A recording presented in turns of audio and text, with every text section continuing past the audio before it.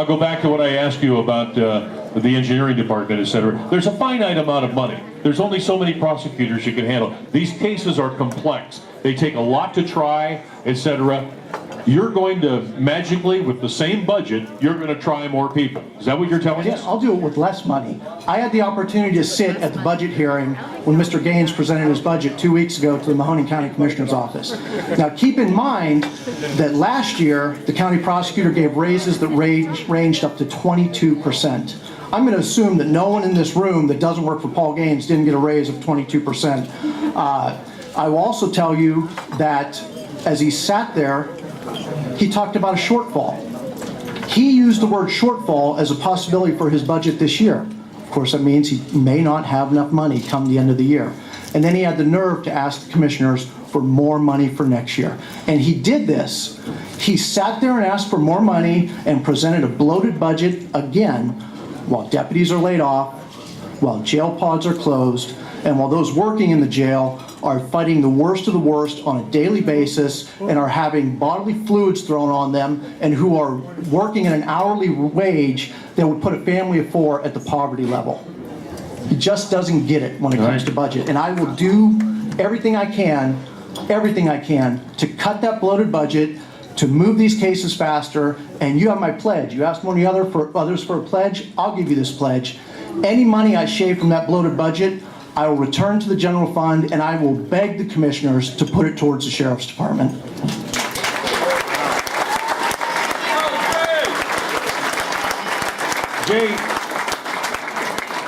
Jay, I asked Paul Gaines about the raises, and he had some pretty compelling evidence when he said, hey, look, Trumbull County comparables, they're higher than us, et cetera, and lots of counties were, and he was going to lose people. You don't think that's a fair argument? No, in fact, one of his prosecutors just left for less money. And the reality is that it's not what people are worth, it's what we can afford. That's the simple reality of budgets these days. We all want to earn more. We all want to pay our employees who do a good job more. But that's not a compelling argument, Dan, because these are tough times. As Mr. Genetti said, we're dealing with foreclosures, we're dealing with unemployment, we're dealing with shrinking budgets, and this prosecutor stepped up and gave raises last year. Unbelievable. Well, I mean, what if he had lost key people, though? That's what he told me. He was going to lose key people. I'm sure he's told you. Let's open up the phone book. How many lawyers are out there? The attorney section is one of the biggest sections of the phone book in town.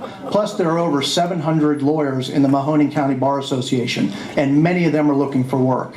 When I worked at the Mahoning County Prosecutor's Office as an assistant, and I carried the load every day, we worked for less than half of what these people were working for now, and we did a better job. We put killers away, and we did justice, and we did what we were supposed to do, and never once did you see my name associated with the dismissal of murder cases or any of this other nonsense that's going on right now. So if I'm to sum up your pledge here to these folks out here, what you're saying, no magic, you're just going to work harder. Is that what you're going to work harder than Paul Gaines? It's that simple, Dan. It really is. And so that would indicate that you don't, whatever's going down there right now, they're not working hard.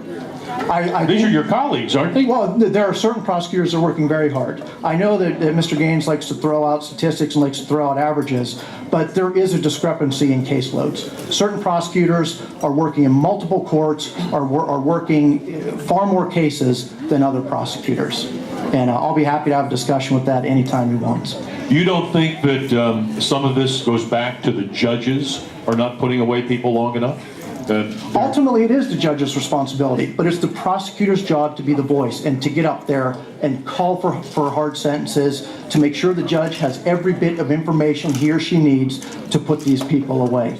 So as long as the prosecutor is prepared, and as long as they go in there with a mind towards moving these cases along, it will help everybody. It helps the judges, it helps the jail, it just makes the system work a lot better. So you're saying the organization is wrong? They're not optimizing the people they have? That's exactly what I'm saying. And any organization rots from the top down, not the bottom up. All right. I'll extend the same courtesy to your folks out here. If you have a question for Mr. Jay Macejko, raise your hand and I'll be glad to come over and you can speak with Jay Macejko, and then we'll have Paul Gaines coming up here shortly. Yes, sir. Jay, I don't have a question, I have a statement. If by the grace of God and the good people of this community, they elect me commissioner, whatever money you have extra, you don't need to beg to put back in the safety forces. The safety forces should come first because that's what protects us. Thank And you. then everything else should come down. Like I said, it really is that simple. All right, anybody else with a comment or a question here before we turn things over to our current prosecutor? Anybody else? Jay, why don't you wrap it up here? If you've got something that you'd like to say to the folks, I'm going to bring up Paul in a second, but the floor is yours. Like I said at the beginning, I'm a career prosecutor. This prosecutor's office is in desperate need of new vision, new energy, and new leadership. And when I become your next Mahoning County prosecutor, I will use every approach and every available resource at my disposal to make criminals stand up and take notice. The prosecutor's office under my administration will be so drastically different that it will be almost unrecognizable. I adopted as one of my slogans, let's put a prosecutor in the prosecutor's office, and that's because we need a specialist right now. We need somebody who's going to come in and focus only on the prosecution of criminals and not be distracted. Team, thank you. All right, Jay Macejko, friends.